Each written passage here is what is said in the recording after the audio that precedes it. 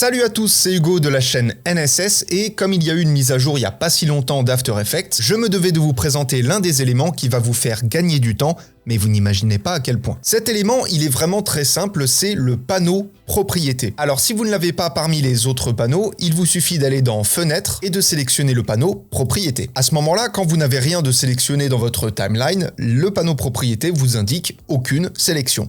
Jusque-là, c'est normal. Et si je sélectionne par exemple mon image, je vais avoir les options de transformation qui vont s'afficher. Donc les options de transformation, c'est quelque chose que vous connaissez très bien, c'est la position, l'échelle, la rotation, l'opacité, etc. Mais ce n'est pas tout.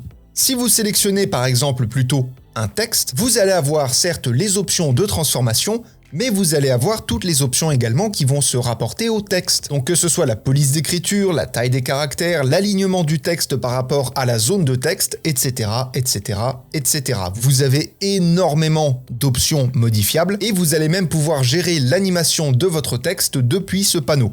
Si on clique sur ajouter une animation, on a ce que l'on retrouve habituellement dans notre timeline quand on va sélectionner les animations pour le texte. Et donc ça va vous faire gagner du temps puisque tout est centralisé au même endroit. Ce qui sera beaucoup plus simple plutôt que d'aller dans la timeline, de développer le texte, de développer les options de transformation et de faire votre animation, etc., etc. Là, vous avez déjà gagné énormément de temps. Et comme vous l'avez vu, on retrouve quand même les chronomètres qui vont nous permettre d'animer nos éléments, et donc à partir de là, même si je décide de créer une expression, il vous suffit de faire la manipulation classique, on maintient le bouton Alt et on sélectionne le chronomètre qui nous intéresse, et à ce moment-là, on a la fenêtre d'expression qui s'ouvre. Mais ce n'est pas tout. Si par exemple avec l'outil rectangle, vous venez faire un calque de forme, alors bien évidemment, je prends juste cet exemple-là, mais ça peut être n'importe quelle forme en l'occurrence, vous avez à nouveau toutes les options, donc les options de transformation, le contenu du calque, avec les différents calques qui se trouvent sur le calque de forme. Si par exemple je viens faire une seconde forme, eh bien ça va me le compter comme rectangle numéro 2. Et juste en dessous, vous avez les propriétés de la forme, donc la taille, la couleur,